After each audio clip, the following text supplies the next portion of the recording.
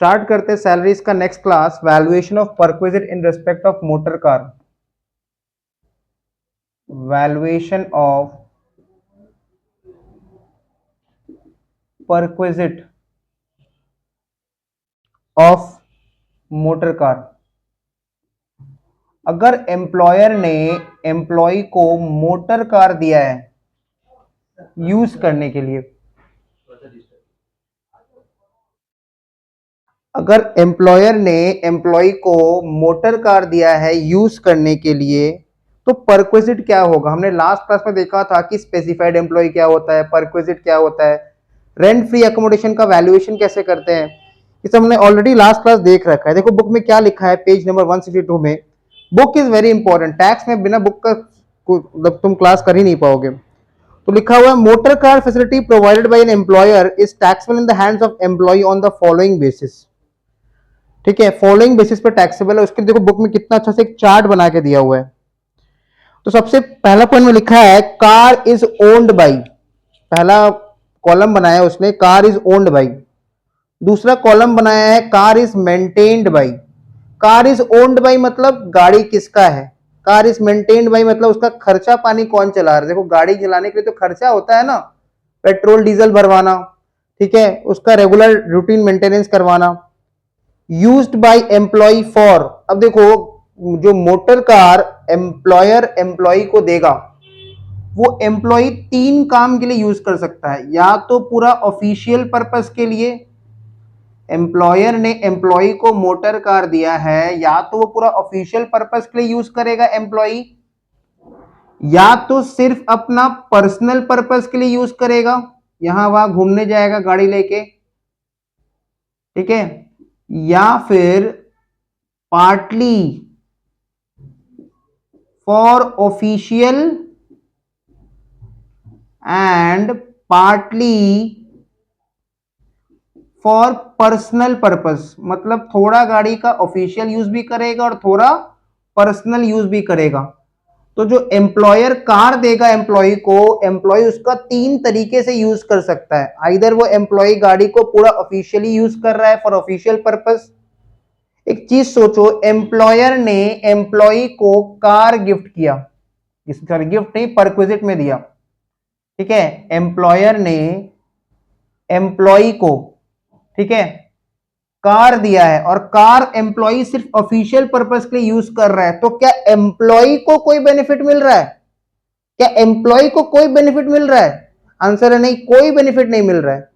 Employer ने car दिया है एम्प्लॉय को, एम्प्लॉय सिर्फ ऑफिशियल पर्पस के लिए कार यूज कर रहा है, तो एम्प्लॉय को कोई बेनिफिट नहीं मिल रहा। जब एम्प्लॉय को बेनिफिट मिल ही नहीं रहा तो ये परक्विजिट नहीं है, ठीक है, ये परक्विजिट ही नहीं है। और अगर ये परक्विजिट नहीं है तो ये टैक्सेबल भी नहीं होगा। लेकिन एम्प्लॉयर ने एम्प्लॉय को कार दिया है और एम्प्लॉय उस कार का पर्सनल यूज कर रहा है, तब तो भाई एम्प्लॉय को पूरा बेनिफिट मिल रहा है। और अगर एम्प्लॉय को बेनिफिट मिल रहा है इसका मतलब ये परक्विजिट है in the hands of employee, benefit मिल रहा है एम्प्लॉय को। और अगर एम्प्लॉयर ने कार प्रोवाइड किया एम्प्लॉय को और एम्प्लॉय दोनों काम के लिए यूज करता है, partly for official purpose and partly for personal purpose, तो भी बेनिफिट मिल रहा है एम्प्लॉय को, मतलब यहां पे भी ये परक्विजिट है। तो हमको पहले समझना पड़ेगा कहां परक्विजिट है और कहां नहीं है। अगर एम्प्लॉयर ने कार प्रोवाइड किया एम्प्लॉय को और एम्प्लॉय वो कार का ऑफिशियल यूज कर रहा था, वो परक्विजिट नहीं है, ठीक है। देखो चार्ट में क्या लिखा हुआ है, लिखा है car is owned by employer, car is owned by employer मतलब गाड़ी किसका है, एम्प्लॉयर का, फर्स्ट केस में। Car is maintained by employer मतलब गाड़ी को चलाने के लिए जो खर्चा पानी लगेगा, पेट्रोल डीजल कौन भरवा दे रहा है, एम्प्लॉयर ही भरवा दे रहा है। पहला केस में नॉट अ परक्विजिट, जब गाड़ी का ऑफिशियल यूज कर रहा है एम्प्लॉय तब वो परक्विजिट नहीं है, ठीक है। दूसरा केस में जब गाड़ी का वो पर्सनल यूज कर रहा है तब तुम देखो टैक्सेबल वैल्यू लिख रहा है M1 प्लस D2, तुमको नीचे दिखेगा M1 का मतलब हो गया मेंटेनेंस कॉस्ट, चार्ट के नीचे देखो दिख रहा होगा M1 का मतलब हो गया मेंटेनेंस कॉस्ट, मतलब पेट्रोल भरवाना डीजल भरवाना, एंड D2 का मतलब हो गया डेप्रीशिएशन। अब इसका लॉजिक क्या है, एक बार लॉजिक बता देंगे ना सब समझ में आ जाएगा। देखो फर्स्ट केस में कार बिलोंग्स टू एम्प्लॉयर, गाड़ी किसका है? एम्प्लॉयर का। फर्स्ट केस में गाड़ी किसका है? एम्प्लॉयर का। खर्चा भी कौन दे रहा है? एम्प्लॉयर ही दे रहा है। गाड़ी भी एम्प्लॉयर का, खर्चा भी एम्प्लॉयर का। देखो गाड़ी एम्प्लॉयर का है तो डेप्रीशिएशन किसका एक्सपेंस बनता है? ओनर का, दैट इज एम्प्लॉयर का। मतलब डेप्रीशिएशन एक्सपेंस एम्प्लॉय का हो जाता अगर गाड़ी एम्प्लॉय का होता। डेप्रीशिएशन एक्सपेंस यहां किसका है? एम्प्लॉयर का है, क्योंकि गाड़ी एम्प्लॉयर का है। बात समझ में आ रहा है? तो एम्प्लॉय ने डेप्रीशिएशन एक्सपेंस बचा लिया, एम्प्लॉय ने डेप्रीशिएशन वाला एक्सपेंस बचा लिया, इसलिए डेप्रीशिएशन का जो एक्सपेंस है जो एम्प्लॉय ने बचा लिया, क्योंकि गाड़ी उसका है ही नहीं तो उसका डेप्रीशिएशन का एक्सपेंस होता अगर गाड़ी उसका होता, है ना? अगर गाड़ी उसका होता तो उसका डेप्रीशिएशन का एक्सपेंस होता, तो वो डेप्रीशिएशन का एक्सपेंस को बचा लिया, इसलिए जो एक्सपेंस हम बचा लेते हैं वही क्या बन जाता है? इनकम बन जाता है। और तुम बताओ मेंटेनेंस कॉस्ट, गाड़ी के ऊपर जो मेंटेनेंस कॉस्ट लग रहा है, गाड़ी में पेट्रोल भरवाना, डीजल भरवाना, उसका टाइम टू टाइम उसका इंजन ऑयल चेंज करना, ठीक है, मेंटेनेंस कॉस्ट भी कौन बियर कर रहा है? एम्प्लॉयर ही बियर कर रहा है, तो एम्प्लॉय का तो पैसा बच रहा है। मेंटेनेंस कॉस्ट एम्प्लॉय बियर करता अगर गाड़ी एम्प्लॉय का होता। मेंटेनेंस कॉस्ट यहां कौन बियर कर रहा है? एम्प्लॉयर। एम्प्लॉय का पैसा बच जा रहा है, एम्प्लॉय का जो पैसा बच गया उसका क्या बन जाएगा? इनकम बन जाएगा। इसलिए एम्प्लॉयर ने अगर कार प्रोवाइड किया एम्प्लॉय को और एम्प्लॉय गाड़ी का सिर्फ पर्सनल यूज करता है, फर्स्ट केस में देखो car belongs to employer, expenses are borne by employer, और अगर गाड़ी का सिर्फ पर्सनल यूज कर रहा है, ठीक है, एम्प्लॉय, तब M for maintenance cost and D for depreciation का जो वैल्यू होगा वही बन जाएगा perquisite value of motor car. ठीक है, क्लियर एकदम बात। थर्ड पॉइंट में लिख रहा है 1800 पर मंथ या फिर 2400 पर मंथ, 1800 पर मंथ या फिर 2400 पर मंथ। अगर स्मॉल कार है तो स्मॉल कार के लिए 1800 पर मंथ, और अगर बिग कार है तो बिग कार के लिए 2400 पर मंथ। हम कैसे समझेंगे स्मॉल कार दिया है कि बिग कार दिया है एम्प्लॉयर ने? अगर गाड़ी 1600 सीसी तक का गाड़ी है, मतलब उसका इंजन का क्यूबिक कैपेसिटी, हर गाड़ी का ना एक क्यूबिक कैपेसिटी होता है, सीसी बोलते हैं उसको, ठीक है, जैसे मशीन का एक क्षमता होता है वो कितना लोड ले पाएगा, जैसे गाड़ी का भी एक इंजन का क्यूबिक कैपेसिटी होता है। तो याद रखो दिमाग में, 1600 सीसी वाला कार या फिर 1.6 लीटर्स तक का जितना भी कार है वो स्मॉल कार है, और 1600 सीसी के ऊपर जो भी कार है वो सब बिग कार है। 1600 सीसी बता देगा क्वेश्चन, क्वेश्चन बता देगा, डरने का बात नहीं है, क्वेश्चन सब बता देगा। 1600 सीसी वाला जो कार होता है वो स्मॉल कार होता है, 1600 सीसी तक का जो कार होता है वो स्मॉल कार होता है, और 1600 सीसी के ऊपर जो भी कार होता है वो सब बिग कार होता है। तो अगर एम्प्लॉयर ने एम्प्लॉय को गाड़ी प्रोवाइड किया है, खर्चा भी कौन बियर कर रहा है? एम्प्लॉयर ही बियर कर रहा है, और एम्प्लॉय गाड़ी का जो यूज कर रहा है वो partly official and partly personal use कर रहा है, और car is a small car, 1600 CC वाला कार है तो 1800 पर मंथ टैक्सेबल, और car is a big car, above 1600 CC वाला कार है तो 2400 रुपया पर मंथ टैक्सेबल। ठीक है, अगर एम्प्लॉयर ने गाड़ी के साथ ड्राइवर भी प्रोवाइड किया है, शॉफर, ड्राइवर को यहाँ पे क्या लैंग्वेज बोला जा रहा है देखो, देख लो यहाँ पे शॉफर लिखा होगा, ठीक है, अगर एम्प्लॉयर ने चॉफर भी प्रोवाइड किया, देखो नीचे लिखा हुआ है चॉफर ऑब्लिक ड्राइवर वाला पॉइंट पढ़ो। If chauffeur is also provided, then salary of the chauffeur is further to be added with the value of perquisite as covered above. However, if car is used for both official and personal purpose, then 900 per month, irrespective of higher or lower capacity of the car, is to taken as the value of chauffeur's perquisite. मतलब driver का जो salary है, ठीक है, that is चौफर का जो salary है वो हम लोग कितना ले लेंगे? 900 रुपया पर मंथ। तो इसको थोड़ा सा रिवीजन कर लेते हैं। अगर एम्प्लॉयर ने कार प्रोवाइड किया एम्प्लॉय को, और खर्चा भी कौन बियर कर रहा है? एम्प्लॉयर, गाड़ी भी एम्प्लॉयर का, खर्चा भी एम्प्लॉयर का। एम्प्लॉय गाड़ी का ऑफिशियल यूज कर रहा है, not a perquisite, not taxable. Employee गाड़ी का पर्सनल यूज कर रहा है, तब maintenance cost and depreciation taxable. ठीक है, और अगर एम्प्लॉय गाड़ी का थोड़ा सा यूज ऑफिशियल यूज कर रहा है, थोड़ा सा पर्सनल यूज कर रहा है, तो स्मॉल कार है तो 1800 पर मंथ, और बिग कार है तो 2400 रुपया पर मंथ टैक्सेबल। और अलग से ड्राइवर भी प्रोवाइड किया एम्प्लॉयर ने, तो चाहे छोटा कार हो या बड़ा कार हो, इससे कोई मतलब नहीं है, ड्राइवर के लिए हर महीना 900 रुपया टैक्सेबल। कैसे पहचानेंगे स्मॉल कार है कि बिग कार है? 1600 सीसी तक वाला जितना भी कार है वो सब स्मॉल कार है, और 1600 सीसी के ऊपर जितना भी कार है वो सब बिग कार है। ये हो गया हम लोग का फर्स्ट पॉइंट। सेकेंड पॉइंट में देखो क्या बोल रहा है, कार बिलोंग्स टू किसका, लिखा हुआ है car is owned by employer. Second point बोल रहा है car is owned by employer, गाड़ी किसका है, एम्प्लॉयर का है, ठीक है। लेकिन car is maintained by, car is maintained by मतलब खर्चा पानी उसमें कौन दे रहा है, कौन देता है उसका खर्चा पानी, एम्प्लॉई। तो फर्स्ट केस था जहां पे car is owned by employer, expenses were born by employer. First case था जहां पे car was owned by employer, expenses were born by employer.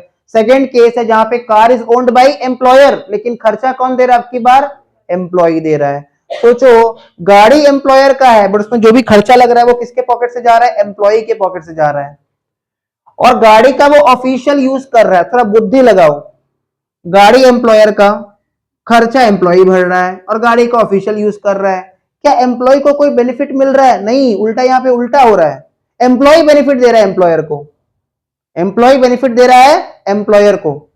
गाड़ी किसका है, एम्प्लॉयर का है, खर्चा कौन बियर कर रहा है, एम्प्लॉय, पेट्रोल कौन भरवाता है, एम्प्लॉय, और गाड़ी का सिर्फ ऑफिशियल यूज कर रहा है। तो क्या एम्प्लॉय को 1 रुपया का बेनिफिट मिल रहा है, कैसा बेनिफिट, उल्टा एम्प्लॉय बेनिफिट दे रहा है एम्प्लॉयर को। तो ये परक्विजिट नहीं है, जब बेनिफिट ही नहीं मिल रहा है एम्प्लॉय को तो परक्विजिट नहीं है। क्लियर, तो इसलिए देखो क्या लिखा हुआ, official purpose not a perquisite. Personal purpose अगर यूज कर रहा है गाड़ी का तो एक ध्यान से देखो, गाड़ी किसका है, कार किसका है, एम्प्लॉयर का है, खर्चा कौन बियर कर रहा है, एम्प्लॉय। अगर खर्चा एम्प्लॉय बियर कर रहा है तो एम्प्लॉय का मेंटेनेंस कॉस्ट बचा, नहीं बचा, खर्चा कौन बियर कर रहा है, एम्प्लॉय। तो क्या एम्प्लॉय ने मेंटेनेंस कॉस्ट बचा लिया, क्या नहीं बचाया। तब उस केस में खाली डी फॉर डेप्रीशिएशन, क्योंकि गाड़ी किसका है, एम्प्लॉयर का, और जिसका गाड़ी होता है डेप्रीशिएशन एक्सपेंस भी उसी का होता है। क्योंकि गाड़ी एम्प्लॉयर का है तो डेप्रीशिएशन का एक्सपेंस एम्प्लॉयर का, और एम्प्लॉय का अगर गाड़ी होता तो डेप्रीशिएशन एक्सपेंस एम्प्लॉय का होता। बट क्योंकि गाड़ी एम्प्लॉयर का है इसलिए डेप्रीशिएशन एक्सपेंस एम्प्लॉयर बियर करेगा, तो एम्प्लॉय ने डेप्रीशिएशन वाला एक्सपेंस बचा लिया, और जो एक्सपेंस हमने बचा लिया वही हमारा क्या बन जाएगा, इनकम बन जाएगा। इनकम टैक्स लॉ दुनिया का सबसे कठिन लॉ है, कठिन इसलिए है क्योंकि बहुत कॉम्प्लेक्सिटी है, बहुत घुमाव है, बहुत कुछ समझना पड़ता है, ठीक है। और इसको तुम सोच रहे हो बिना किताब का तुम पढ़ लोगे तो तुम्हारा ना समझी इसको कोई तुमको सुधार नहीं सकता है फिर। और तुम देखो अगर स्मॉल कार है इस केस में तो 600 रुपया पर मंथ, और बिग कार है तो 900 रुपया पर मंथ। कार किसका है, एम्प्लॉयर का, एक्सपेंस कौन बियर कर रहा है, एम्प्लॉई। अगर गाड़ी का ऑफिशियल यूज हो रहा है देन नॉट अ परक्विजिट। गाड़ी का अगर एम्प्लॉय पर्सनल यूज कर रहा है तब खाली डी से डेप्रीशिएशन वाला एक्सपेंस होगा, वो परक्विजिट कहलाएगा। लॉजिक भी बता रहे क्यों, क्योंकि डेप्रीशिएशन एक्सपेंस किसका होता है, गाड़ी का ओनर का होता है ना। डेप्रीशिएशन एक्सपेंस किसके लिए होता है, कार का ओनर के लिए होता है, या कार का ओनर कौन है, एम्प्लॉयर। तो अगर एक्सपेंस एम्प्लॉयर का है तो एम्प्लॉय का एक्सपेंस बच गया डेप्रीशिएशन वाला, और जो एक्सपेंस बच गया वही क्या बन जाता है, इनकम बन जाता है। अगर कार बिलोंग्स टू एम्प्लॉयर, खर्चा एम्प्लॉय बियर कर रहा है और थोड़ा ऑफिशियल पर्पस के लिए, थोड़ा पर्सनल यूज के लिए, इन दैट केस अगर स्मॉल कार है तो 600 रुपया पर मंथ, और बिग कार है तो 900 रुपया पर मंथ। यहां पे भी अगर ड्राइवर प्रोवाइड किया एम्प्लॉयर ने तो अलग से ड्राइवर का 900 रुपया पर मंथ ऐड हो जाएगा। अभी तक 2 केस डिस्कस किए, एक बार रिवीजन करते हैं। Car is owned by employer, expense car is maintained by employer, गाड़ी भी एम्प्लॉयर का, खर्चा भी एम्प्लॉयर का, मतलब फर्स्ट केस। तो ऑफिशियल यूज होगा तो not a perquisite, personal use होगा तो M plus D, M for maintenance cost and D for depreciation. ये दोनों खर्चा कौन बचा लिया, एम्प्लॉई, एम्प्लॉई बचा लिया, क्योंकि ये दोनों खर्चा कौन बियर कर रहा है, एम्प्लॉयर बियर कर रहा है। और एम्प्लॉय अगर खर्चा बचा लिया तो वो उसका इनकम बन जाएगा। अगर गाड़ी का पार्शियल यूज ऑफिशियल यूज हो रहा है, पार्शियल पर्सनल यूज हो रहा है, और अगर स्मॉल कार है तो स्मॉल कार के लिए 1800 पर मंथ, और बिग कार के लिए 2400 पर मंथ। और अगर अलग से ड्राइवर प्रोवाइड किया एम्प्लॉयर ने तो गाड़ी की वैल्यू के साथ हर महीना 900 रुपया ड्राइवर का भी ऐड कर देंगे। लेकिन अगर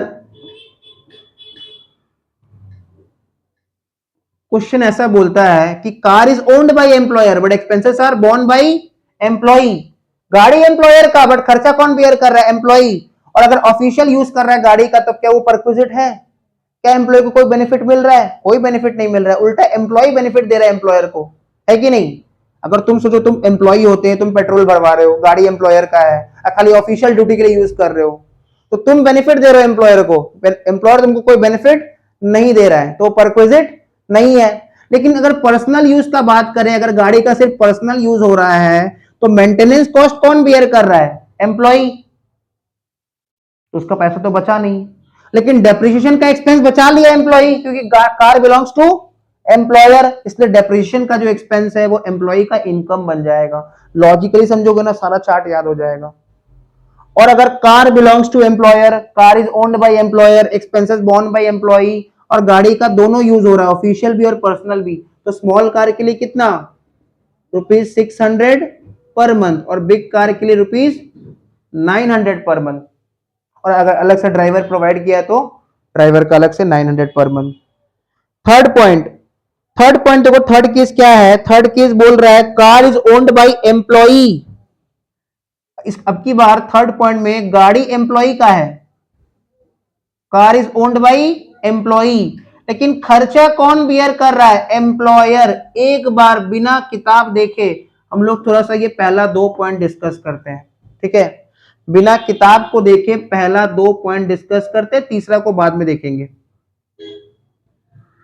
तुम बताओ, गाड़ी एम्प्लॉय का है, खर्चा एम्प्लॉयर बियर कर रहा है, गाड़ी एम्प्लॉय का, खाली खर्चा दे देता है एम्प्लॉयर, तो ऑफिशियल ड्यूटी खाली यूज हो रहा है, तो क्या एम्प्लॉय को कोई बेनिफिट मिला? कोई बेनिफिट नहीं मिला। कैसा बेनिफिट?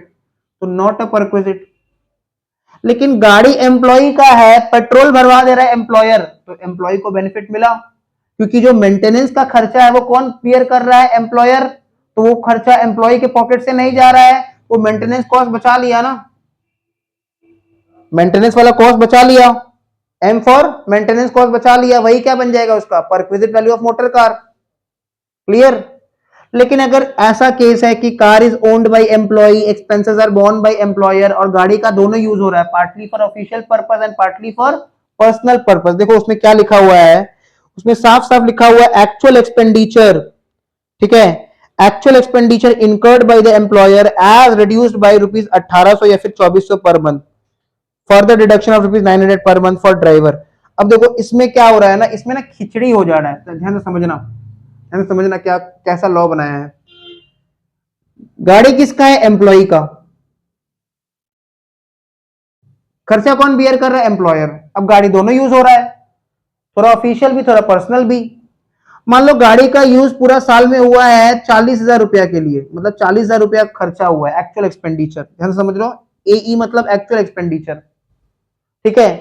तो एम्प्लॉयर क्या बोल रहा है ना, अगर स्मॉल कार है ना तो हर महीना 1800 रुपया, और ड्राइवर अगर दिया है तो 900 रुपया, तो माइनस कर लो, हर महीना 1800 रुपया, एक बार माइनस करो, चलाओ कैलकुलेटर, 1800 इंटू 12, दैट इज 21,600।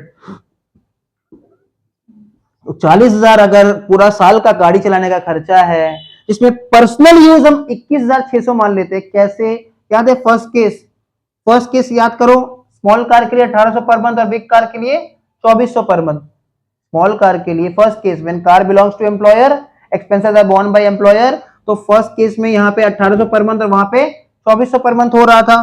तो स्मॉल कार है, मान लेते हैं स्मॉल कार है, तो 40,000 में अगर 21,600 एम्प्लॉई का खर्चा है, ठीक है, तो बात बाकी उसके लिए बचत है, कितना आ जाएगा? और यही अगर बिग कार होता तो 1800 की जगह 2400 पर मंथ, और अगर ड्राइवर भी देते तो अलग से 900 रुपया ड्राइवर का भी माइनस करते हर महीने का। बात समझ में आ रहा है? इसलिए देखो क्या पॉइंट लिखा हुआ है, actual expenditure incurred by the employer as reduced by 1800 या फिर 2400 per month, further deduction of ₹900 per month for driver, और a higher deduction as prescribed. अब देखो तुम दाहिने तरफ में देखो, फर्स्ट केस में जो टैक्सेबिलिटी है, मतलब when the car belongs to employer, when the car belongs to employer and expenses are borne by employee, जो टैक्सेबिलिटी है वो सिर्फ किसके लिए है? स्पेसिफाइड एम्प्लॉय के लिए। और हमने तुमको लास्ट क्लास एक्सप्लेन किया था डिटेल में कि स्पेसिफाइड एम्प्लॉय कौन होता है। स्पेसिफाइड एम्प्लॉय एक डायरेक्टर एम्प्लॉय होता है जिसका कंपनी में ऑर्गेनाइजेशन में सब्सटैंशियल इंटरेस्ट है, having more than 20% voting power, और जिसका एग्रीगेट सैलरी पूरा साल में 50,000 के ऊपर है। कि 50,000 का लिमिट चेक करते समय हमको ध्यान रखना है कि इसमें कोई परक्विजिट नहीं आना चाहिए, इसमें कोई प्रोविडेंट फंड नहीं आना चाहिए, इसमें कोई एग्जेम्प्टेड अलाउंस नहीं आना चाहिए, इससे कोई रिडक्शन माइनस नहीं होना चाहिए। क्या सारा बात याद रखना पड़ेगा? बिल्कुल, ये सारा बात याद रखना पड़ेगा। अभी तो चैप्टर बस शुरू हुआ है, सैलरी चैप्टर में ज्यादा नहीं, 600-700 बात याद रखना है, चैप्टर पूरा कंप्लीट हो जाएगा। और ये सारा बात एग्जाम में एकदम दिमाग में होना चाहिए। ओके, आगे देखो क्या दिया हुआ है, चार्ट के नीचे देखो क्या दिया हुआ है। तो फर्स्ट केस जो है, when the car belongs to employer और expenses are borne by employer, तो किसके लिए टैक्सेबल होता है? सिर्फ स्पेसिफाइड एम्प्लॉय के लिए। When the car belongs to employer and expenses are borne by employee, किसके लिए टैक्सेबल होता है? स्पेसिफाइड एम्प्लॉय के लिए। मतलब तुम देखो, जब भी गाड़ी ओनर का जब भी गाड़ी जो है वो एम्प्लॉयर का रहेगा ना, तो स्पेसिफाइड एम्प्लॉय के लिए ही टैक्सेबल होगा, सबके लिए टैक्सेबल नहीं होगा।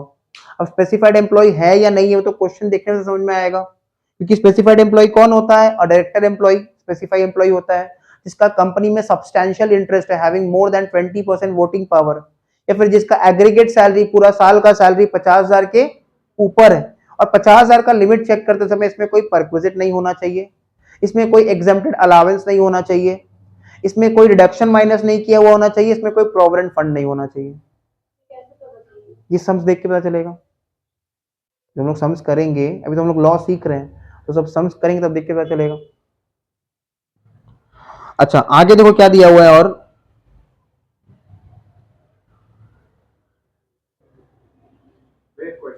बोलो। अगर वो एक्चुअल एक्सपेंडिचर है गाड़ी के ऊपर 40,000 और वो उन लोग का डिडक्शन है 21,600, तो 18,400 बचत कैसे होगा? पूरा साल में खर्चा हुआ 40,000, एम्प्लॉयर बोल रहा है कि ये पोर्शन एम्प्लॉय वाला है, ठीक है, ये बेनिफिट एम्प्लॉयर देता है एम्प्लॉय को, तो रिमेनिंग अमाउंट कितना है? 18,400। तो ये जो खर्चा लगा हुआ है ये उसको रीइंबर्समेंट मिल जाएगा ना एम्प्लॉय को। तो क्या लिखा है इस स्टेटमेंट देखो, तो स्टेटमेंट क्या लिखा हुआ है?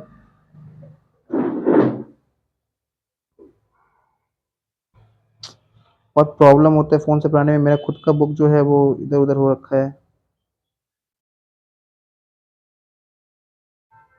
अरे कहाँ गया?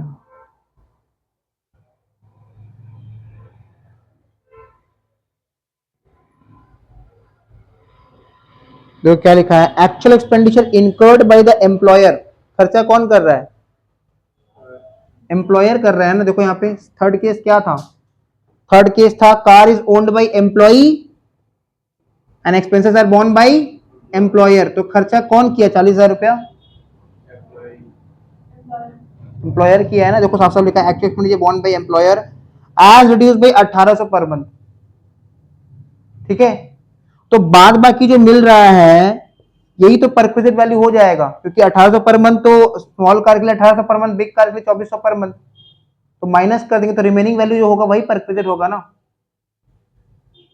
क्लियर? पूरा खर्चा गाड़ी का एम्प्लॉयर ने किया है 40,000 रुपया, इसमें एम्प्लॉय का हक बनता है 21,600 का, तो बाद बाकी तो इसको फ्री में मिला ना। क्लियर? तो इसमें याद रखना है कि जब भी फर्स्ट दो केस में देखो स्पेसिफाइड एम्प्लॉय के लिए टैक्सेबल है, और जो थर्ड केस है देखो वो ऑल एम्प्लॉय के लिए टैक्सेबल है, वहां पे स्माइली बना लो, सब बात याद रखना है। फर्स्ट जो दो केस दिया हुआ है वो सिर्फ स्पेसिफाइड एम्प्लॉय के लिए टैक्सेबल है, और जो आखिरी वाला केस है वो ऑल एम्प्लॉय के लिए टैक्सेबल है। इसके अलावा तुम देखो पेज नंबर 163 में पॉइंट नंबर 3 देखो, 2400 रुपया per month in case of higher capacity car, ठीक है, और 1800 per month for lower capacity car, तो पहले ही बता दिए, ठीक है। बड़ा गाड़ी होगा तो 2400 पर मंथ, स्मॉल कार होगा तो 1800 पर मंथ, और 900 per month in case of higher capacity car. Second point के लिए, when car is owned by employer and expenses are borne by employee, देखो सेकंड पॉइंट दिया हुआ है, तो 900 और 600 देखना है। अच्छा, इसमें एक इंपॉर्टेंट बात तुमको याद रखना है, नोट्स में आ जाओ, नोट्स में उस पेज के एकदम एंड में जो नोट्स लिखा है, if motor car is provided at concessional rate then the charges paid by employee for such car shall be reduce from the value of perquisite.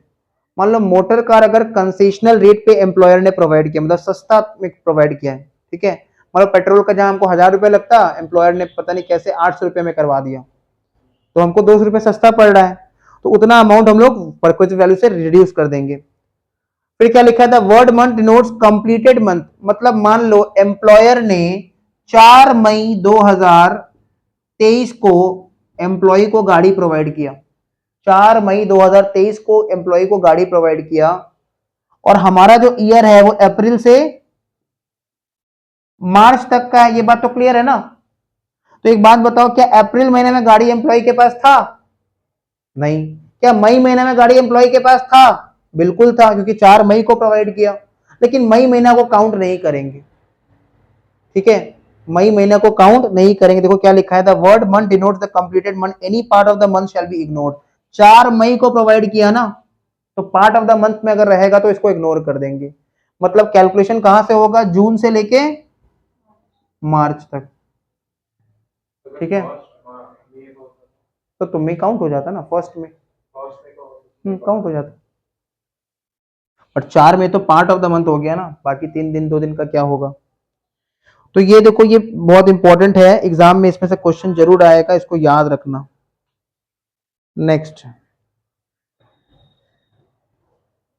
Next perquisite देखो कौन सा दिया हुआ है,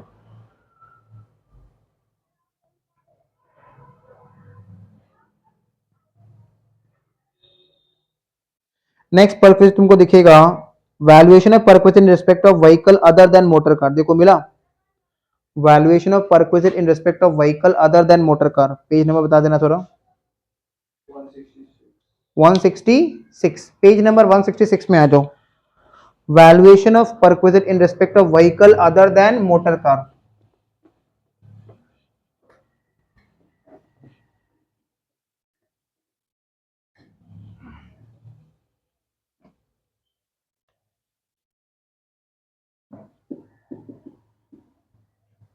इन respect of vehicle other than motor car, मतलब 2 wheeler provide किया, ठीक है, अदर देन मोटर कार, मतलब एम्प्लॉयर ने मान लो 2 व्हीलर प्रोवाइड किया एम्प्लॉय को, मोटर कार को छोड़ के अगर दूसरा कोई गाड़ी प्रोवाइड कर रहा है तब क्या होगा। तो देखो, if it is owned by employer, expenses are borne by employer, official purpose के लिए यूज करेगा तो नॉट अ परक्विजिट, परक्विजिट है ही नहीं, तो टैक्सेबल नहीं होगा। पर्सनल पर्पस के यूज करेगा तो actual maintenance cost plus depreciation at the rate 10% of original cost, यहाँ पे ना रेट ऑफ डेप्रिसिएशन भी दे दिया है, 10% ऑफ ओरिजिनल कॉस्ट। और अगर दोनों पर्पस के लिए यूज करेगा तो reasonable proportion of maintenance plus depreciation of original cost. और ये देखो किसके लिए टैक्सेबल है, सिर्फ और सिर्फ स्पेसिफाइड एम्प्लॉय के लिए टैक्सेबल है, सबके लिए टैक्सेबल नहीं है। अगर vehicle is owned by employee, मतलब गाड़ी एम्प्लॉई का है और खर्चा कौन कर रहा है, एम्प्लॉयर कर रहा है, और ऑफिशियल पर्पस के लिए खर्चा करेगा तो नील, पर्सनल पर्पस के लिए एक्चुअल मेंटेनेंस कॉस्ट, और अगर बोथ पर्पस के लिए यूज करेगा तो actual expenditure incurred by employer, उससे हम रिड्यूस कर देंगे 900 रुपया पर मंथ, ठीक है, वहां पे 1800-2400 था मोटर कार के लिए, यहाँ पे 900 रुपया पर मंथ। नेक्स्ट परक्विजिट में आ जाओ। बाकी है ना, एक और बाकी है, कौन सा, वो दूसरा है, वो नेक्स्ट पॉइंट है हम लोग का।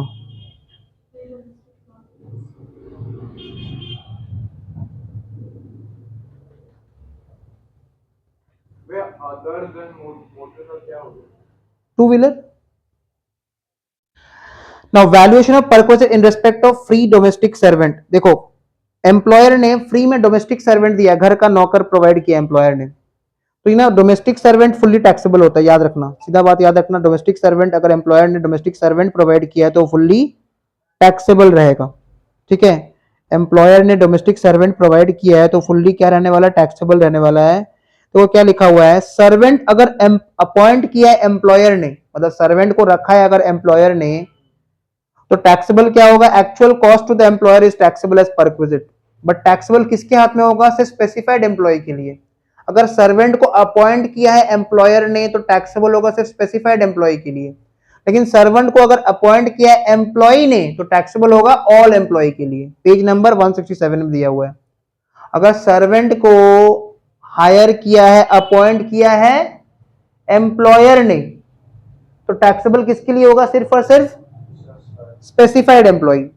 लेकिन अगर सर्वेंट को हायर किया है, अपॉइंट किया है एम्प्लॉय ने, तो टैक्सेबल होगा फॉर ऑल एम्प्लॉय। क्वेश्चन में जरूर बता देगा कौन हायर किया है। और डोमेस्टिक सर्वेंट क्या होता है? परक्विजिट टैक्सेबल हो जाता है। इसके अलावा तुम एक और चीज ध्यान में रखना, अगर एम्प्लॉयर ने घर दिया है और घर के साथ गार्डनर भी दिया है, एम्प्लॉयर ने घर दिया है और घर के साथ गार्डनर, समझ में आता है ना, माली जो गार्डन को मेंटेन करने का काम करता है, तो हम गार्डनर का जो वैल्यू होगा ना उसको एग्जेम्प्ट कर देंगे। देखो नोट नंबर 1 में ये बात लिखा हुआ है, हाईलाइट कर लो। If rent free accommodation owned by employer, अगर एम्प्लॉयर ने अपना घर दिया है रहने के लिए, ठीक है, जो कल पॉइंट पढ़ाए थे, is provided with the gardener, then gardener's salary and maintenance cost of garden shall not be taxable। Highlight कर लो ये बात, ठीक है, ये बात हाईलाइट कर लो किताब में। अगर एम्प्लॉयर ने अपना घर दिया है और साथ में गार्डनर भी दिया है, तो गार्डनर का जो सैलरी होगा, मेंटेनेंस कॉस्ट होगा, वो टैक्सेबल नहीं रहेगा। छोटा छोटा बहुत सारा बात है, सारा बात याद रखना है। डोमेस्टिक सर्वेंट फुल्ली टैक्सेबल, लेकिन डोमेस्टिक सर्वेंट को कौन अपॉइंट किया? एम्प्लॉयर, तो taxable only for specified employee. Domestic servant को कौन अपॉइंट किया? एम्प्लॉय, तो टैक्सेबल फॉर ऑल एम्प्लॉय। अगर एम्प्लॉयर ने घर भी दिया है, अपना घर दिया और साथ में गार्डनर भी दिया है, तो गार्डनर को हम लोग एग्जेम्प्ट कर देंगे। नोट नंबर 2 में क्या लिखा है? Any amount charge from the employee from such facility shall be reduce from the above value. मान लो परक्विजिट का वैल्यू आया 10,000, एम्प्लॉय बोल रहा हम 2,000 रुपए देना चाहते हैं अपने पॉकेट से, तो ठीक है, एम्प्लॉयर लेके रख लेगा। तब परक्विजिट कितना होना चाहिए? 8,000 रुपया, है कि नहीं? क्योंकि एम्प्लॉय ने तो 2,000 रुपया दे दिया ना। Domestic servant allowance fully taxable होता है। देखो अलावेंस अलग होता है, डोमेस्टिक सर्वेंट का परक्विजिट अलग होता है। तो perquisite value of domestic servant क्या सीखे? जितना एक्चुअल कॉस्ट लग रहा है एम्प्लॉयर का, वो टैक्सेबल होगा। लेकिन अगर डोमेस्टिक सर्वेंट को एम्प्लॉयर ने अपॉइंट किया है, तो टैक्सेबल होगा ओनली फॉर स्पेसिफाइड एम्प्लॉय, और डोमेस्टिक सर्वेंट को एम्प्लॉय ने अपॉइंट किया है तो टैक्सेबल होगा फॉर ऑल एम्प्लॉय। ठीक है, नेक्स्ट पॉइंट, नेक्स्ट पॉइंट में आ जाओ, नेक्स्ट पॉइंट में आ जाओ। Gas electricity water, gas electricity water वाला परक्विजिट, पेज नंबर कितना? 168 में आ जाओ, पेज नंबर 168 में। देखो गैस इलेक्ट्रिसिटी वाटर ये भी फुल्ली टैक्सेबल। एम्प्लॉयर अगर गैस का बिल पे कर दे रहा है, इलेक्ट्रिक बिल पे कर दे रहा है, वाटर बिल पे कर दे रहा है, तो ये भी क्या हो जाएगा? फुल्ली टैक्सेबल हो जाएगा। बट हम लोग यहाँ पे ध्यान में ये रखना है कि ये जो सर्विसेज है ये कौन दे रहा है, ठीक है, ये जो सर्विसेज है ये कौन दे रहा है। प्रॉब्लमेटिक होता है, बुक मेरा ना इधर उधर हो गया ना सब। तो देखो क्या लिखा हुआ है, it is taxable on the following basis. Facility is in the name of the employee. मान लो जो गैस का कनेक्शन है, इलेक्ट्रिक बिल का कनेक्शन है, वाटर का कनेक्शन है, अगर वो एम्प्लॉय के नाम पे है, अगर वो सब एम्प्लॉय के नाम पे है, ठीक है, and facility is provided from own sources, manufacturing cost to the employer. बात को समझना, जैसे मान लो एम्प्लॉयर का ना गैस का गोडाउन है, ठीक है, या फिर गैस एजेंसी है, एम्प्लॉयर का गैस एजेंसी है, ध्यान से समझना, ठीक है, एम्प्लॉयर का क्या है? गैस एजेंसी है। गैस एजेंसी समझ में आता है ना? और एम्प्लॉयर हम लोग को गैस फ्री में देता है, गैस सिलेंडर हम लोग को फ्री में देता है, फ्री ऑफ कॉस्ट। तो एम्प्लॉयर तो खुद के सोर्स से ही दे रहा है ना, this facility is being provided by from own sources. तो एम्प्लॉयर का जो मैन्युफैक्चरिंग कॉस्ट है, बनाने का जो खर्चा लग रहा है, ऑब्वियसली गैस एजेंसी लोग मैन्युफैक्चरिंग नहीं करता है, ठीक है।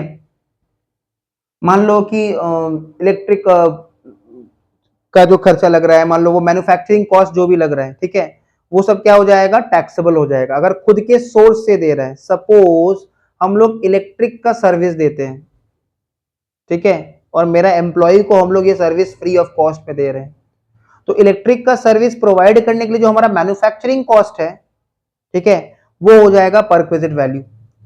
और अगर facilities provided from any other agency, अगर दूसरे से लेके सर्विस दे रहे हैं, इन दैट केस जितना हम एजेंसी को प्राइस पे कर रहे हैं वो हो जाएगा परक्विजिट वैल्यू। तो गैस, इलेक्ट्रिसिटी, वाटर ऐसे तो फुल्ली टैक्सेबल है, लेकिन ये फैसिलिटी कौन लेके दे रहा है ये देखना जरूरी है। देखो लिखा हुआ है फैसिलिटी अगर एम्प्लॉय के नाम पे होगा तो टैक्सेबल होगा फॉर ऑल एम्प्लॉय। जैसे देखो सर्वेंट वाला था, अगर सर्वेंट को एम्प्लॉयर अपॉइंट किया तो taxable for specified employee, employee appoint किया तो टैक्सेबल फॉर ऑल एम्प्लॉय। वैसे गैस, इलेक्ट्रिसिटी, वाटर का सर्विस अगर एम्प्लॉयर के नाम पे है, देखो facility is in the name of the employer, ठीक है, तब देखो स्पेसिफाइड एम्प्लॉय के लिए टैक्सेबल है। लेकिन फैसिलिटी अगर मान लो एम्प्लॉय के नाम पे है, मतलब गैस का कनेक्शन एम्प्लॉय के नाम पे है, तो टैक्सेबल फॉर ऑल एम्प्लॉय, ठीक है।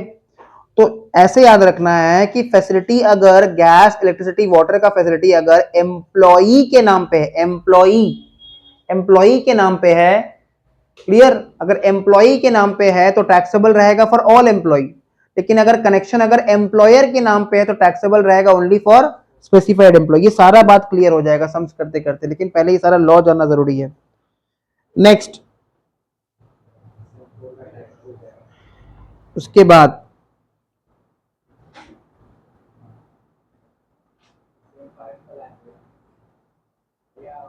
देखो क्या दिया हुआ है, वही तो चाहिए था, valuation of perquisite in respect of free education, very important, ध्यान से सुनना। मिला? पेज नंबर कितना बताओ? 169, valuation of perquisite in respect of free education, valuation of perquisite in respect of free education.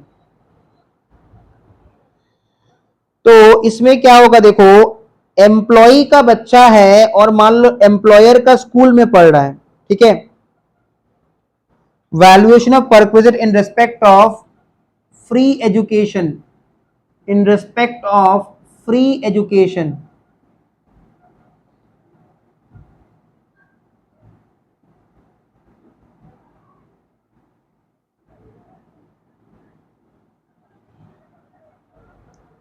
Facility provided to employee, अगर employer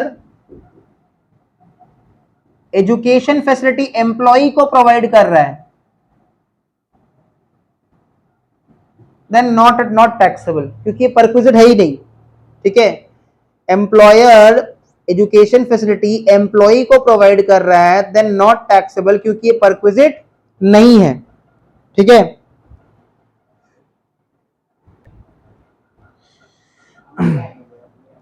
तुमको नहीं बोल, तो क्या लिखा है, facility provided to the employee not taxable.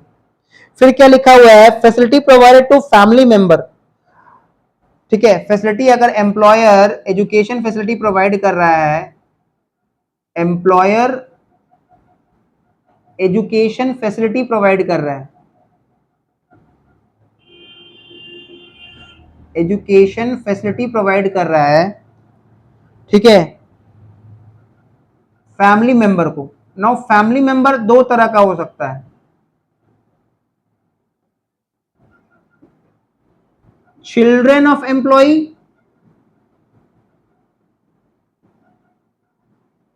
Children of employee and other family members. बहुत ध्यान से सुनना, and other family members. Employer education facility provide कर रहा है फैमिली मेंबर्स को, फैमिली मेंबर दो तरह का हो सकता है, चिल्ड्रन ऑफ एम्प्लॉय या फिर अदर फैमिली मेंबर्स। अगर चिल्ड्रन ऑफ एम्प्लॉय है और एम्प्लॉय का बच्चा एम्प्लॉयर का स्कूल में पढ़ रहा है, तो हम चेक करेंगे सिमिलर स्कूल का फीस अगर 1000 रुपया पर मंथ से ज्यादा है तो टैक्सेबल, और अगर 1000 रुपया पर मंथ तक है तो nothing is taxable. Employer education facility provide कर रहा है किसको, फैमिली मेंबर को।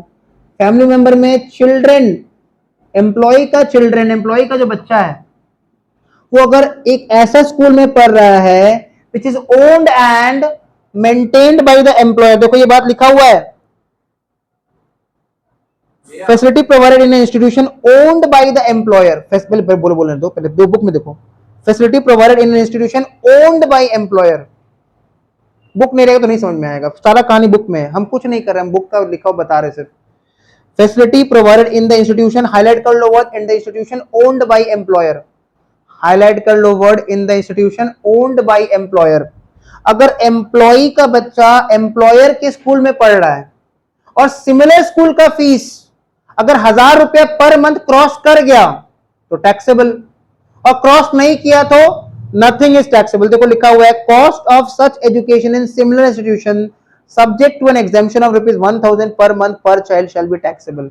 मान लो ये एम्प्लॉयर का स्कूल है, हाँ ये एम्प्लॉयर का स्कूल है जिसमें एम्प्लॉय का बच्चा पढ़ रहा है, और इसी लोकेलिटी में आसपास में दूसरा स्कूल है। इस दूसरा स्कूल का जो फीस है ना वो 1200 रुपया पर मंथ है पर चाइल्ड, 1200 रुपया पर मंथ है पर चाइल्ड। तो 1000 रुपया से कितना ज्यादा है, 200 रुपया ज्यादा है पर मंथ पर चाइल्ड। तो टैक्सेबल कितना हो जाएगा, एम्प्लॉय का बच्चा, ये एम्प्लॉयर वाला स्कूल है, एम्प्लॉयर वाला स्कूल है ये, इसमें पढ़ रहा है, पर हम फीस चेक करेंगे सिमिलर इंस्टीट्यूशन का जो आसपास को लोकेलिटी में है।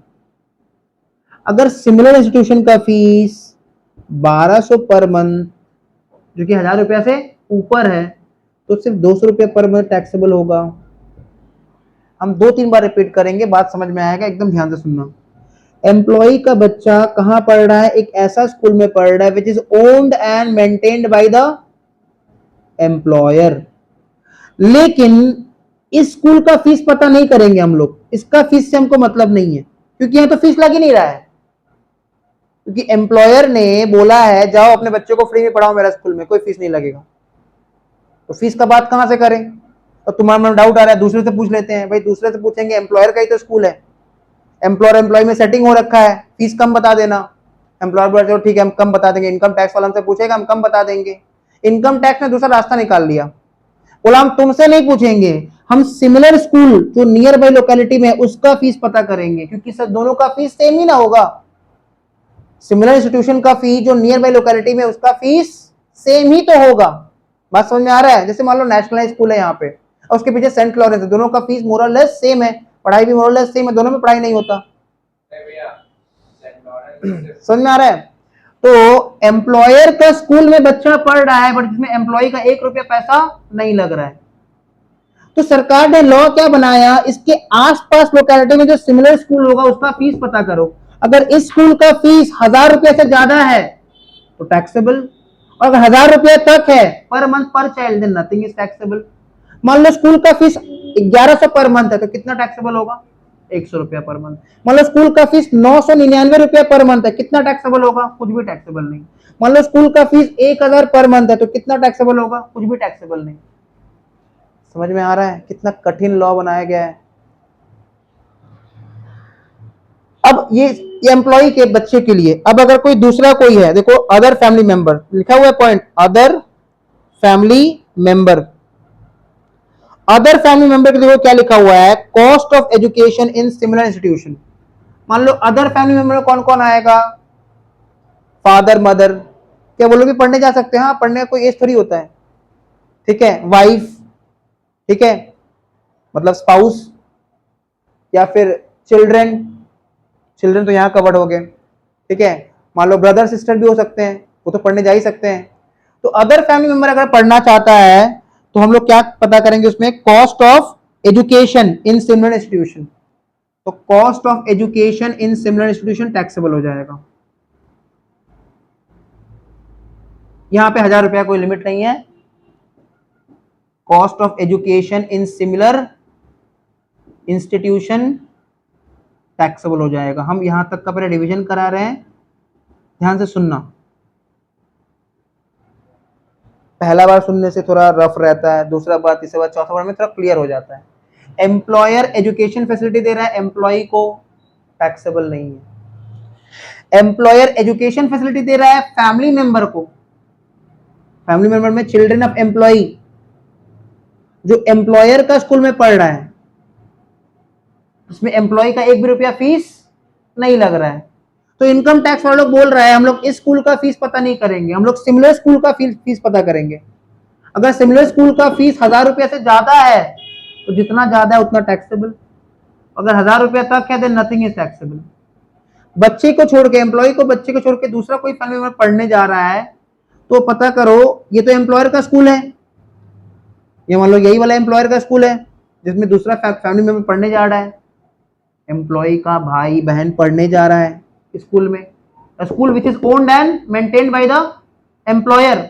तो बोल रहे हैं सिमिलर इंस्टीट्यूशन का फीस पता करो। सिमिलर इंस्टीट्यूशन का फीस अगर 500 रुपया पर मंथ है तो क्या होगा, टैक्सेबल होगा, क्योंकि यहाँ पे 1000 रुपया का लिमिट, एग्जाम्पशन वाला लिमिट बात नहीं है। अब क्लियर हुआ? तुम खाली दूसरे दुनिया में रहते हो, सुनते ही नहीं हो मेरा बात को। एक बार फिर से बता रहे, ध्यान से थोड़ा ध्यान लगाओ, तुम एकदम बेहोश रहते हो। एम्प्लॉयर ने अगर एजुकेशन फैसिलिटी दिया एम्प्लॉय को तो वो टैक्सेबल नहीं है, वो परक्विजिटी नहीं है। एम्प्लॉयर ने अगर एजुकेशन फैसिलिटी दिया फैमिली मेंबर को और एम्प्लॉय का बच्चा एम्प्लॉयर का स्कूल में पढ़ रहा है जहां फीस नहीं लग रहा, तो सिमिलर स्कूल का फीस अगर 1000 रुपया के ऊपर है तो टैक्सेबल, जितना ऊपर है उतना ही टैक्सेबल, पूरा नहीं। और 1000 रुपए तक कहते हैं नथिंग इज टैक्सेबल। लेकिन बच्चे को छोड़ के दूसरा कोई फैमिली मेंबर एम्प्लॉयर का स्कूल में पढ़ रहा है और सिमिलर स्कूल का जो भी फीस होगा वो टैक्सेबल हो जाएगा। मतलब अगर सिमिलर स्कूल में 5000 फीस है तो 5000 टैक्सेबल हो जाएगा, 500 रुपया तो 500 रुपया टैक्सेबल हो जाएगा। समझ में आ रहा है लॉजिक? आगे बढ़ते हैं नेक्स्ट, यहां तक बात क्लियर है? अब देखो, facility provided by in an institution by reason of being in employment, ठीक है, तो उसके लिए भी क्या दिया हुआ है, वही सेम पॉइंट। अब इस पॉइंट का मतलब क्या हम तुमको बता दे रहे हैं। तुमने केवी का नाम सुना है, केंद्रीय विद्यालय? उसमें किसके बच्चे पढ़ते हैं? क्या हम लोग नॉर्मल सिटीजन लोग अपने बच्चों को उसमें डाल सकते हैं, पढ़ा सकते हैं क्या? नहीं, अलाउड नहीं है। उसमें सिर्फ आर्मी मिलिट्रेंट्स जो है उनके बच्चे लोग पढ़ सकते हैं, जो लोग इंडियन आर्मी को सर्विस दे रहे हैं, तो डिफेंस को सर्विस दे रहे हैं, उनके बच्चे केंद्रीय विद्यालय में उनको फर्स्ट प्रेफरेंस दिया जाता है। तो जस्ट बिकॉज उनके फादर या उनके पेरेंट्स कंट्री को सर्विस दे रहे हैं इसलिए उनके बच्चों को केंद्रीय विद्यालय में पढ़ने का अपॉर्चुनिटी मिल रहा है। अब तुम लाइन पढ़ो, अब तुमको समझ में आएगा। Facility provided in any institution not owned by the employer by reason of his being in employment, क्योंकि वो एम्प्लॉयमेंट में है, वो सर्विस में है, इसलिए उसके बच्चे को स्कूल में पढ़ने का मौका मिल रहा है। बात समझ में आ रहा है? क्योंकि वो एम्प्लॉयमेंट में है इसलिए उसके बच्चे को स्कूल में पढ़ने का मौका मिल रहा है, तो उसके लिए भी सेम केस होगा, ऐसा ही केस होगा, यही केस रहेगा, ठीक है। अब दूसरा चीज क्या होता है, रीइंबर्समेंट। एम्प्लॉय का बच्चा ना एम्प्लॉयर का स्कूल में नहीं पढ़ रहा, ध्यान से सुनो, एम्प्लॉय का बच्चा अब केस में एम्प्लॉयर का स्कूल में नहीं पढ़ रहा, कोई और स्कूल में पढ़ रहा है, फिर भी एम्प्लॉयर स्कूल का फीस पे कर दे रहा है। ये तो डायरेक्टली पे कर दे रहा है, ये तो पहले एम्प्लॉय पे कर रहा है और बाद में महीना के एंड में जाके उससे रीइंबर्समेंट क्लेम कर ले रहा है। बात समझ में आ रहा है? एम्प्लॉय का बच्चा एम्प्लॉयर के स्कूल में नहीं पढ़ रहा, कोई दूसरा स्कूल में पढ़ रहा है, फिर भी एम्प्लॉयर स्कूल का फीस अपने पॉकेट से पे कर दे रहा है, या फिर एम्प्लॉय उसका रीइंबर्समेंट क्लेम कर ले रहा है। तो इसमें देखो ये पॉइंट लिखा हुआ है, reimbursement of education expenditure to employee, actual reimbursement shall be taxable. Highlight कर लो वर्ड वहां पे, जितना रीइंबर्स करेगा एम्प्लॉयर उतना टैक्सेबल हो जाएगा। Such reimbursement of tuition fees shall also be taxable in the hands of the central government employee, ठीक है। ट्यूशन फीस मतलब स्कूल फीस, ट्यूशन फीस मतलब ये ट्यूशन का बात नहीं हो रहा, ट्यूशन फीस स्कूल फीस को भी ट्यूशन फीस कहते हैं, ठीक है। अच्छा नीचे देखो क्या लिखा हुआ है, इन case of reimbursement of school fee, in case of reimbursement of school fee, in case of reimbursement of school fee of family member of the employee paid by the employer directly to school, taxable for all employee, in any other case taxable for specified employee। मतलब अगर reimbursement वाला case है या फिर school fee of family member मतलब जिसमें ये लोग कवर्ड है बच्चे को छोड़ के, other than children of the employee paid by the employer directly to school, अगर एम्प्लॉयर डायरेक्टली स्कूल को पे कर दे रहा है, ठीक है, मतलब एम्प्लॉय का बच्चा कोई दूसरे स्कूल में पढ़ रहा है या फिर फैमिली मेंबर में कोई दूसरे स्कूल में पढ़ रहा है और एम्प्लॉयर उसका फीस डायरेक्टली पे कर दे रहा है या फिर रीइंबर्समेंट कर दे रहा है, तो टैक्सेबल फॉर ऑल एम्प्लॉय। लेकिन अदर केसेस मतलब ये सब केसेस में taxable only for specified employee. Clear? एक बार हम लास्ट टाइम रिवीजन करा रहे हैं, ध्यान से सुनना। एम्प्लॉयर एजुकेशन फैसिलिटी दे रहा है एम्प्लॉय को, not taxable. Employer education facility दे रहा है फैमिली मेंबर को, जिसमें चिल्ड्रन ऑफ एम्प्लॉय भी कवर्ड है और अदर फैमिली मेंबर भी कवर्ड है, एम्प्लॉय का बच्चा अगर एम्प्लॉयर के स्कूल में पढ़ रहा है तो सिमिलर स्कूल का फीस पता करो। 1000 रुपए के ऊपर है तो जितना ऊपर है उतना टैक्सेबल, 1000 रुपए तक nothing is taxable. Family member employer का स्कूल में पढ़ रहा है तो सिमिलर स्कूल का फीस पता करो, जो स्कूल का फीस है सिमिलर स्कूल का फीस वही टैक्सेबल। और ये टैक्सेबल किसके लिए? For specified employee. लेकिन सोचो एम्प्लॉय का बच्चा एम्प्लॉयर के स्कूल में नहीं पढ़ रहा है, फैमिली मेंबर में से कोई एम्प्लॉयर का स्कूल में नहीं पढ़ रहा है, कोई दूसरे स्कूल में पढ़ रहा है, बट फिर भी स्कूल का फीस पे कर दे रहा है एम्प्लॉयर या फिर रीइंबर्समेंट कर दे रहा है एम्प्लॉयर, तो टैक्सेबल फॉर ऑल एम्प्लॉय। अब बात क्लियर है? नहीं, इसमें नंबर ऑफ चिल्ड्रन से कोई मतलब नहीं है। 10 बच्चा है, 20 बच्चा है, 15 बच्चे से कोई मतलब नहीं है। स्पेसिफाइड एम्प्लॉय क्या होता है? स्पेसिफाइड, यस वही तो है, वही तो बता रहे हैं। ये वाला केस पूरा का पूरा स्पेसिफाइड एम्प्लॉय के लिए। लेकिन एम्प्लॉय का बच्चा अगर कोई दूसरा स्कूल में पढ़ रहा है which is not owned by employer, which is not maintained by employer, family member कोई दूसरा स्कूल में पढ़ रहा है which is not owned by employer, not maintained by employer, फिर भी एम्प्लॉयर रीइंबर्समेंट कर दे रहा है फीस, फिर भी एम्प्लॉयर फीस पे कर दे रहा है, तो टैक्सेबल फॉर ऑल एम्प्लॉय। क्या अब तुमको बुक का इंपॉर्टेंस समझ में आ रहा है कि अभी भी नहीं समझ में आ रहा है? शायद अभी भी नहीं समझ में आ रहा है, जल्दी समझ में आएगा एग्जाम जब आएगा तब। आगे बढ़ते हैं। आज का लास्ट पॉइंट, ताकि हम लोग नेक्स्ट डे से इसका सम स्टार्ट कर सकें। जब सम्स करेंगे ना सारा बात क्लियर हो जाएगा, टेंशन का कोई बात नहीं है। ठीक है, देखो तुम इस पॉइंट में आ जाओ, valuation of perquisite in respect of interest free loan दिख रहा है नेक्स्ट पेज में। वैल्यूएशन ऑफ परक्विजिट वही वाला पॉइंट है। पेज नंबर कितना बता दो? 171, page number 171। Valuation of perquisite in respect of interest free loan. Employer ने लोन दिया है और इंटरेस्ट चार्ज नहीं कर रहा है, इसको बोलते हैं इंटरेस्ट फ्री लोन। एम्प्लॉयर ने लोन दिया है और इंटरेस्ट चार्ज नहीं कर रहा है, 1 रुपया इंटरेस्ट नहीं ले रहा है। तुम सोचो अगर तुमको फ्री में लोन मिल रहा है, मतलब पैसा तुमको फ्री में मिल रहा है, जितना लिए उतना ही चुकाना है, बेनिफिट है ना? बेनिफिट है कि नहीं? आज बैंक से लोन लेने जाओ 10% इंटरेस्ट मांगेगा, 10% इंटरेस्ट तुम्हारा बच रहा है ना। या फिर तुमको लोन दे रहा है employer at concessional rate of interest, सस्ता में लोन दे रहा है। सस्ता में मतलब मान लो बैंक चार्ज करता है 11%, एम्प्लॉयर चार्ज कर रहा है 6%, तो कितना सस्ता हो गया? 5%। कंसेशनल रेट वही परक्विजिट बन जाएगा। कंडीशन क्या है? लोन का अमाउंट अगर 20,000 क्रॉस ना करे, लोन का अमाउंट अगर 20,000 क्रॉस ना करे तो नथिंग इज टैक्सेबल। लोन का अमाउंट 20,000 से ज्यादा है तब टैक्सेबल होगा। देखो पढ़ लेते हैं क्या लिखा है। Perquisite in respect of interest free loan और loan at concessional rate of interest to the employee or any member of his household by the employer or any person on his behalf is taxable if aggregate amount, highlight कर लो word, if aggregate amount of loan given by the employer or any other person on his behalf does not exceed rupees 20,000। ठीक है, तो क्या लिखा है? अगर 20,000 cross ना करे तो नॉट टैक्सेबल, इसका मतलब अगर 20,000 क्रॉस कर जाए तो टैक्सेबल। हाईलाइट कर लो वर्ड, देखो लिखा है ना बिहाफ के बाद, देखो हाईलाइट करना, is not taxable if aggregate amount of loan given by the employer does not exceed rupees 20,000। ठीक है, अच्छा, the taxable value of such perquisites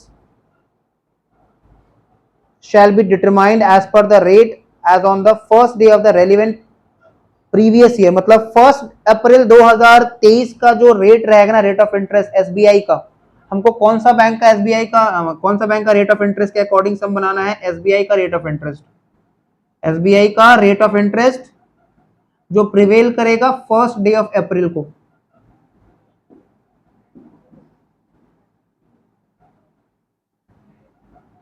rate of interest जो प्रिवेल करेगा फर्स्ट डे ऑफ अप्रैल को, उसी से हम लोग को सम बनाना है। ठीक है,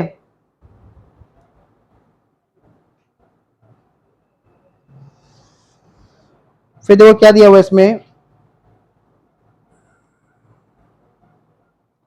मैक्सिमम आउटस्टैंडिंग मंथली बैलेंस, ये सब दिया हुआ है। ठीक है, तो इसमें तुमको इतना याद रखना है कि लोन का अमाउंट अगर 20,000 से ज्यादा है तभी परक्विजिट टैक्सेबल होगा, लोन का अमाउंट अगर 20,000 तक है तो कुछ भी टैक्सेबल नहीं होगा। और इंटरेस्ट किस हिसाब से लगेगा? एसबीआई का रेट ऑफ इंटरेस्ट क्वेश्चन बता देगा, जो इंटरेस्ट प्रिवेल करेगा on the first day of April. मान लो तुमको एग्जाम में 4-5 रेट ऑफ इंटरेस्ट दिया अलग अलग डेट का, पर तुमको याद रखना है कौन सा डेट का इंटरेस्ट इंपॉर्टेंट है, rate of interest 1st day of April, बाकी और किसी डेट का इंटरेस्ट इंपॉर्टेंट नहीं है। तो देखो हम लोग ने अभी तक कितना सारा परक्विजिट पढ़ लिया, जितना भी परक्विजिट पढ़ा है इसको घर जाके जरूर से रिवीजन करना है। RFA पढ़ा दिए थे कल, मोटर कार वाला पढ़ा दिए, अदर देन मोटर कार पढ़ा दिए, डोमेस्टिक सर्वेंट पढ़ा दिए, गैस इलेक्ट्रिक वाटर बिल पढ़ा दिए, ठीक है। उसके बाद चिल्ड्रन एजुकेशन अलाउंस नहीं फैसिलिटी, ठीक है, education facility provided bye employer and loan वाला पॉइंट पढ़ा दिए। इसके बाद ज्यादा कुछ बाकी नहीं, इतना ही परक्विजिट को संभालना है। इसके बाद कल कुछ और पढ़ेंगे, गिफ्ट वाला आएगा, ठीक है। तो एक और क्लास लगेगा परक्विजिट का, उसके बाद हम लोग जब सम्स करेंगे तो सारा चीज जितना अभी तक पढ़े हो चैप्टर में वो सब एक साथ आएगा और सबको एक साथ संभालना है। यही सैलरी चैप्टर है। Thank you.